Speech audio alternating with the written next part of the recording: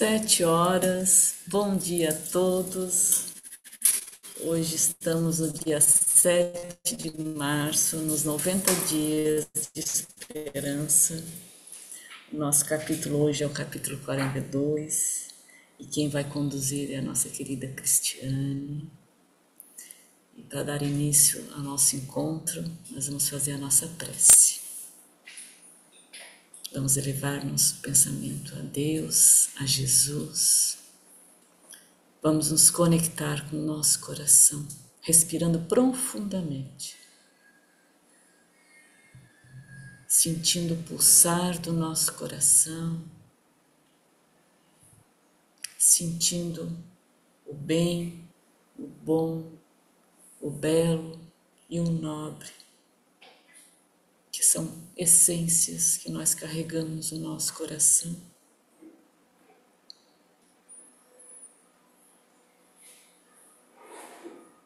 Pensando em Jesus, nosso Divino Mestre, nós pedimos: Senhor, ajuda-nos a estar contigo, descansando em teu coração. Ajuda-nos, Senhor, a caminharmos, espalhando a esperança em nós e por todos os caminhos que passarmos. Que possamos sentir a tua presença em todos os minutos do nosso dia, Jesus. Que possamos estar contigo, assim como tu sempre está conosco. Que assim seja. E eu vou convidar a Cristiane agora. Fale para nós, Cristiane, de onde você é, como você chegou ao ser e como foi essa leitura do capítulo 42 para você.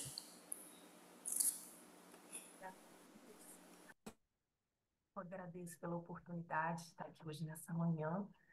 Eu cheguei ao ser, não sei bem ao certo, mas faz alguns anos, quando eu estava buscando estudos do Evangelho do Senhor Jesus à luz do Espiritismo.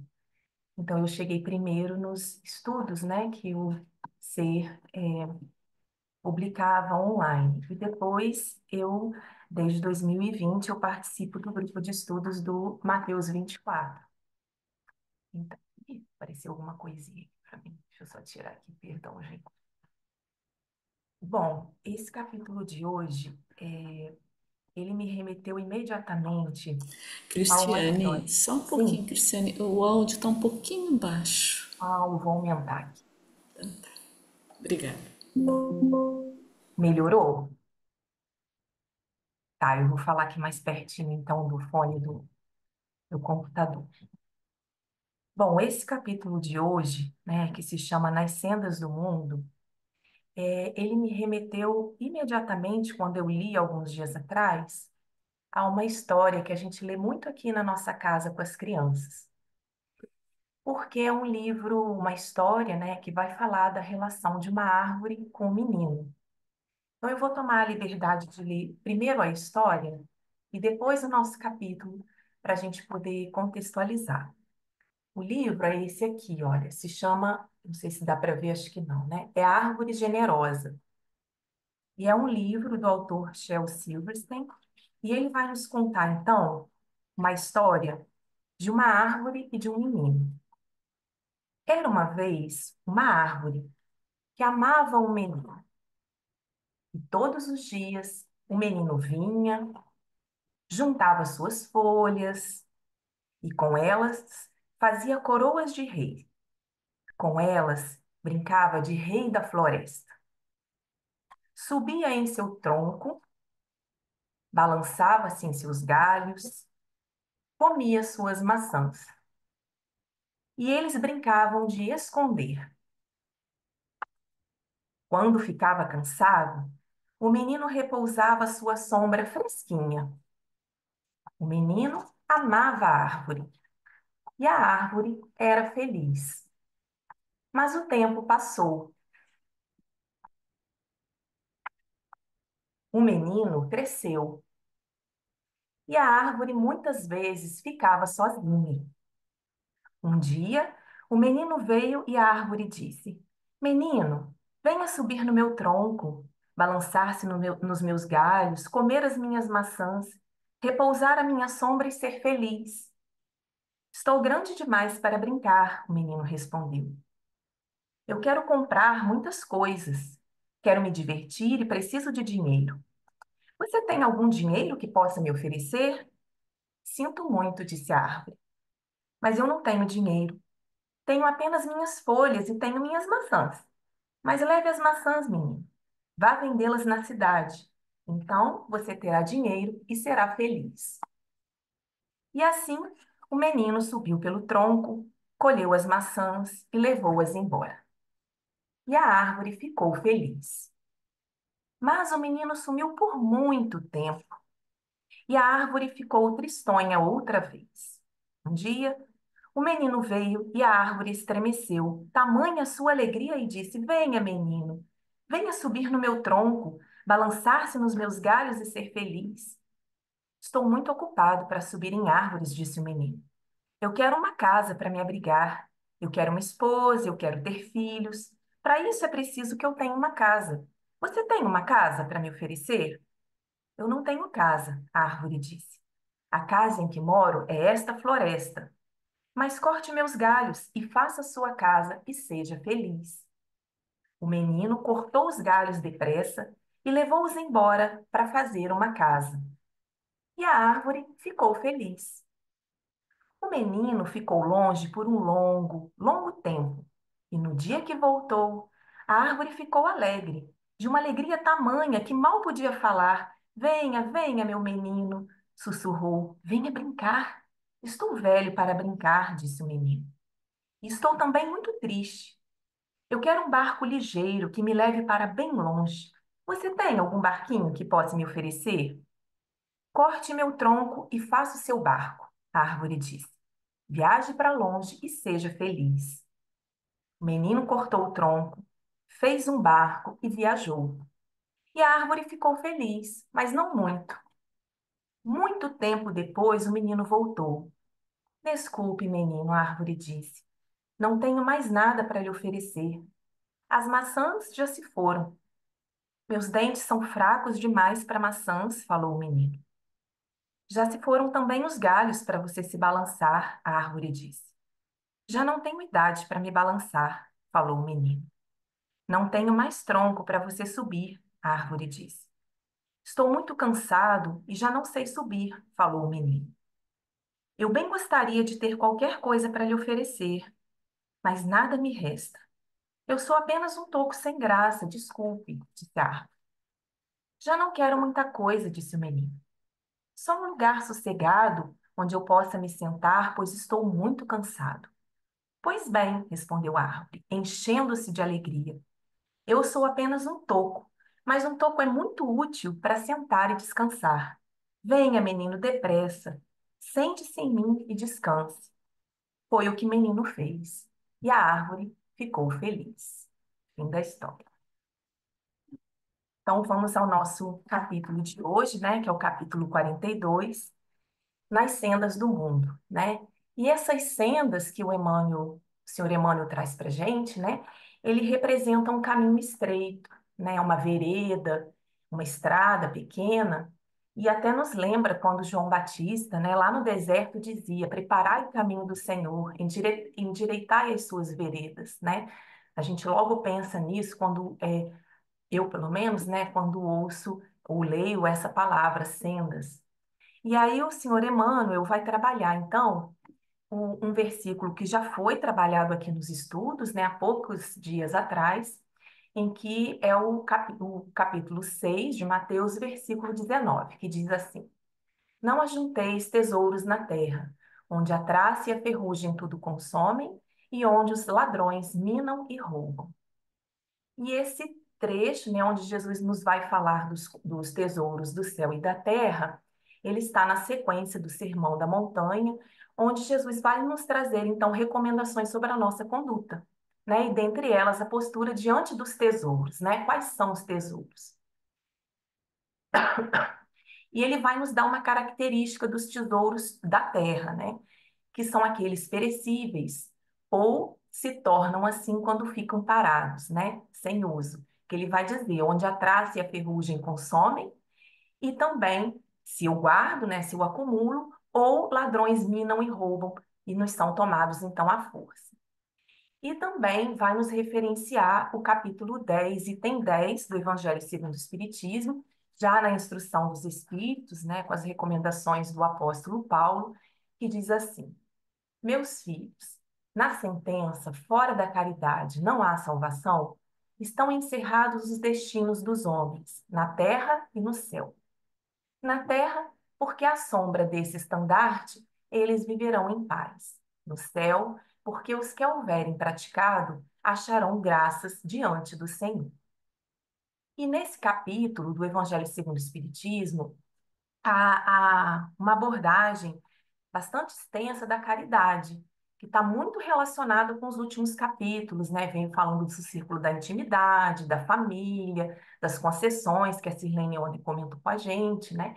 E ele vai nos trazer a caridade como uma condição absoluta da felicidade futura, como uma condição única para a salvação.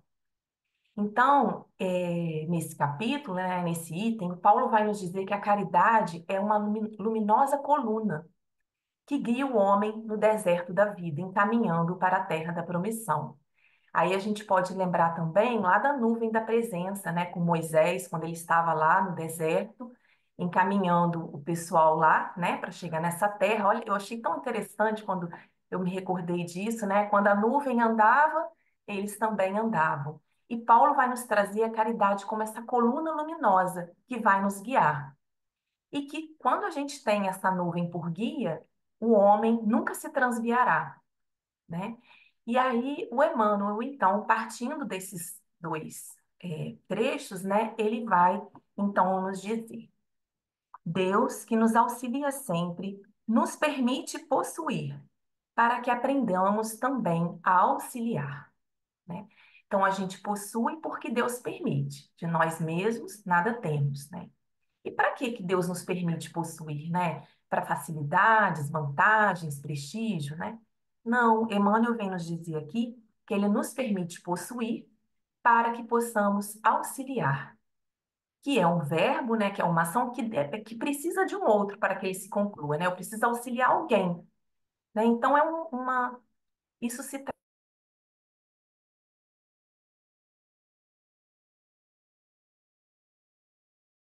para que eu possa me relacionar com o outro, né? Dando.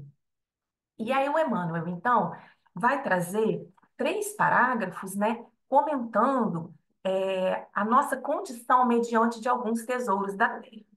Então ele vai dizer: habitualmente atraímos a riqueza e supomos detê-la para sempre, adornando-nos com as facilidades que o ouro proporciona. Um dia, porém, nas fronteiras da morte, somos despojados de todas as posses exteriores, e se algo nos fica, será simplesmente a plantação das migalhas de amor que houvermos distribuído, creditadas em nosso nome pela alegria, ainda mesmo precária e momentânea, daqueles que nos fizeram a bondade de recebê-las. Via de regra, amontoamos títulos de poder e admitimos-nos donos deles, enfeitando-nos com as vantagens que a influência prodigaliza. Um dia, porém, nas fronteiras da morte, somos despojados de todas as primazias de convenção, e se algo fica, será simplesmente o saldo dos pequenos favores que houvermos articulado, mantidos em nosso nome pelo alívio, ainda mesmo insignificante e despercebido, daqueles que nos fizeram a gentileza de aceitar-nos os impulsos fraternos. Geralmente, repetimos frases santificantes, crendo-as definitivamente incorporadas ao nosso patrimônio espiritual, ornando-nos com o prestígio que a frase brilhante atribui. Um dia, porém, nas fronteiras da morte, somos despojados de todas as ilusões, e se algo nos fica, será simplesmente a estreita coleção dos benefícios que houvermos feito, assinalados em nosso nome pelo conforto, ainda mesmo ligeiro e desconhecido, daqueles que nos deram a oportunidade a singelos ensaios de elevação. Então, o Emmanuel trouxe aqui para nós três exemplos de tesouros, né? A riqueza, o poder e até as frases santificantes, né? Que a gente diz. E ele nos traz esses três tesouros, né? Como se a gente achasse que eles de fato nos pertencessem, mas aí vem a morte, né? E nos despoja, então, daquilo que não nos é necessário, né? A gente usa geralmente, né, esses recursos para ter prestígio, influência, né? Se garantir o seu próprio conforto. A gente acha que quando a gente diz muitas frases santificantes, a gente está dizendo porque a gente é santo, né? E o Emmanuel vem dizendo aqui que não. Tudo isso é concessão de Deus. E que no final das contas, o que resta é o que a gente fez com esses recursos, dando de nós mesmos, né? E aí eu achei interessante que o Emmanuel, quando ele fala da alegria, do alívio e do conforto, ele sempre vai referenciar esses benefícios, né, que a gente distribui em nome do Senhor, como perecíveis, né? Ele cita aqui os adjetivos, né, que são precários e momentâneos, são insignificantes e despercebidos, são ligeiros e desconhecidos, né? Então, o que a gente faz muitas vezes é muito pequeno, muito pouco com aquilo que a gente tem, mas que vai nos angariar valores eternos, né? Olha quanta esperança isso nos traz, né?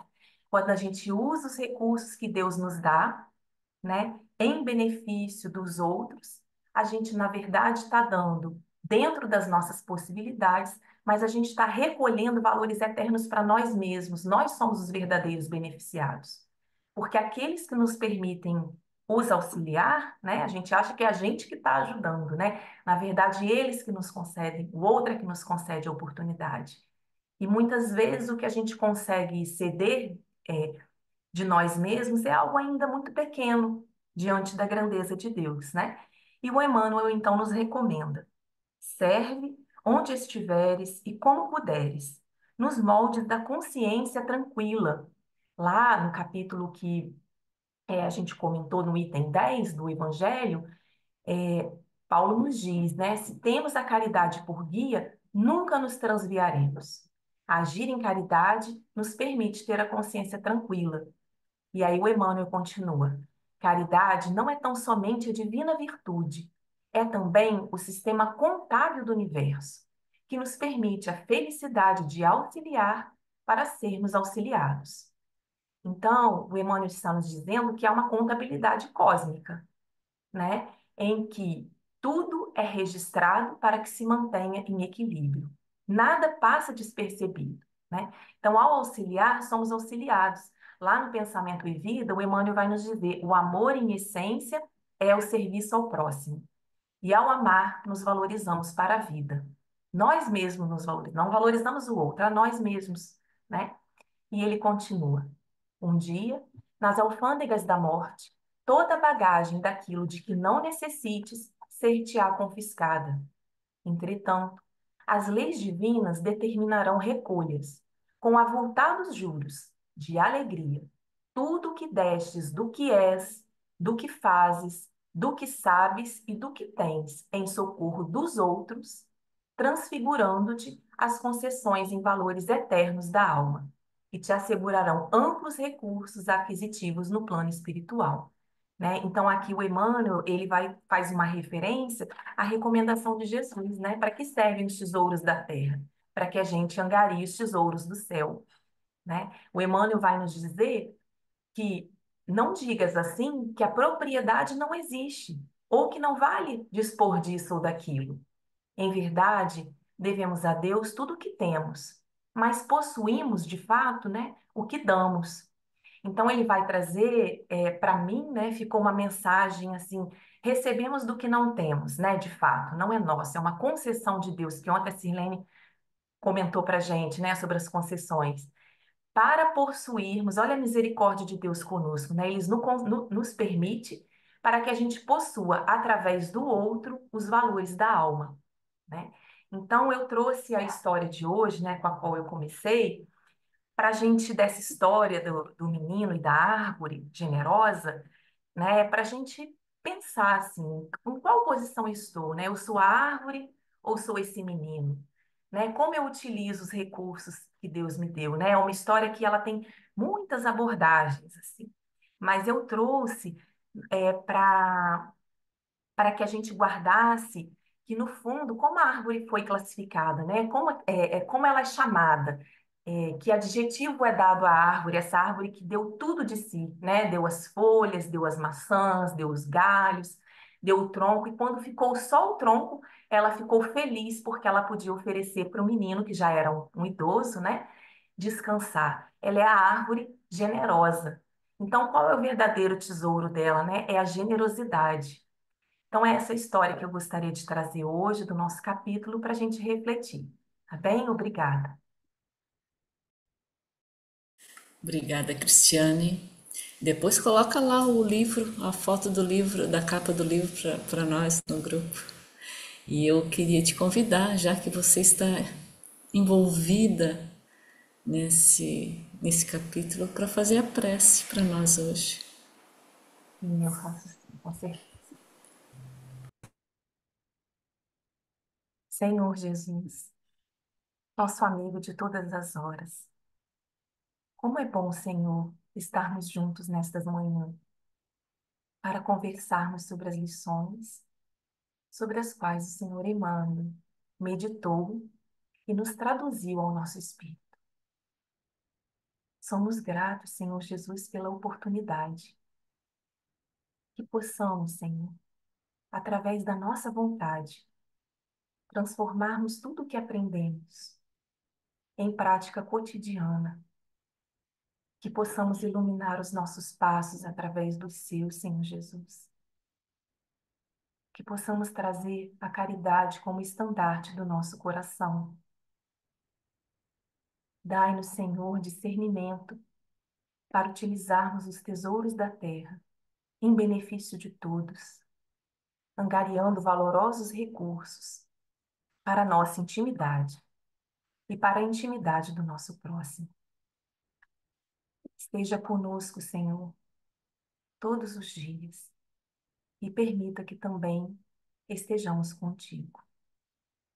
Abençoa-nos a todos aqui presentes, aqueles amados que passam pelo nosso pensamento, todos aqueles que necessitam, Senhor, de fortaleza, de coragem, de bom ânimo, de alegria e de fé, Senhor. Preencha o coração de cada um conforme as suas necessidades, mas acima de tudo, conforme a sua vontade. Ensina-nos a seguir a sua senda, Senhor, nos caminhos estreitos do mundo. Nos abençoe e nos guarde hoje sempre, que assim seja, graças a Deus. Graças a Deus. Obrigada, Cristiane, por preencher o nosso coração de esperança no dia de hoje, viu? Deus te abençoe. Um beijo, queridos. Bom dia. Bom E a dia. gratidão.